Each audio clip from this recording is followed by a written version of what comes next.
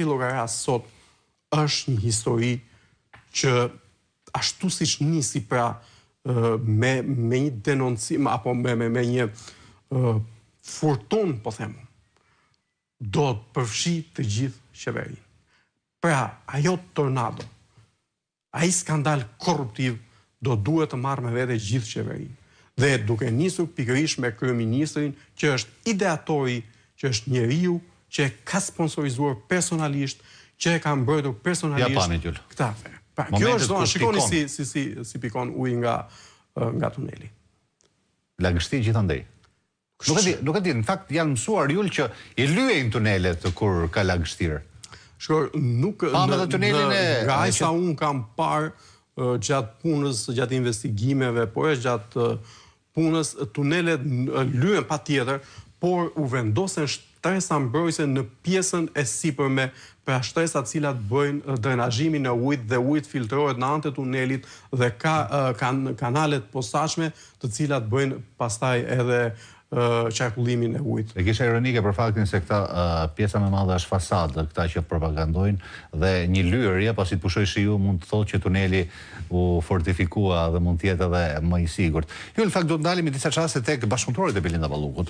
Në sektori NIA është Plator Mehmeti, ish drejtori i OSHE-s, vartës i Belinda Ballukut, ka ndërtuar mbi kolektore, ka ngushtuar dhe në sektori NIA janë qindra biznese dhe banesa në ujë. Shkurtimisht lutem se jemi në fund. A e kuptoni do të shmënduri që ka ndodhur më çdo emër i lidhur me Belinda Ballukun del në korrupsion dhe në abuzime marramendse. S'kem prandaj thash, nuk kemi të bëjmë me qeveri këtu. Kemi bëjmë një organizacion që ka pushtetin në mënyrë të tillë. Ora shikoni, është kulmi i skandalit në Durrës. Kryetaria e bashkisë ka shkuar dje, ka publikuar një video që e ka në faqen e saj zyrtare në Facebook, duke shembur disa oborre, muhe rrethuese, çadra të banorëve dhe mes tyre dhe komunitetit rom në Durrës me pretendimin se këto kanë bllokuar kolektorët. Kishte kohë kryetaria e bashkisë t'i bënte edhe më herët këto, se ka nisur që në verë aksioni i famshëm i Edi Ramës për ndërtimet dhe për pastrimin e hapësirave publike, po nëse u kujtua tani dhe shumë mirë bëri që u kujtua. Për shmangur, aq sa mund shmang nga përmbytja.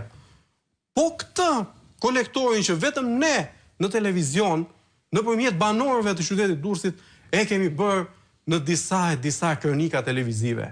Dhe sot kemi treguar me pamje se si i është vendosur një tombino, këtij kolektori me gjerësi 4 metër, një tombino mas 1 metër gjerësi, për të bërë pikërisht sheshin e kompanisë, parkingun e kompanisë dhe ndërkohë përmbyten bizneset, një biznes aty prodhim mobilerie, ka pësuar miliona e miliona lekë tëme.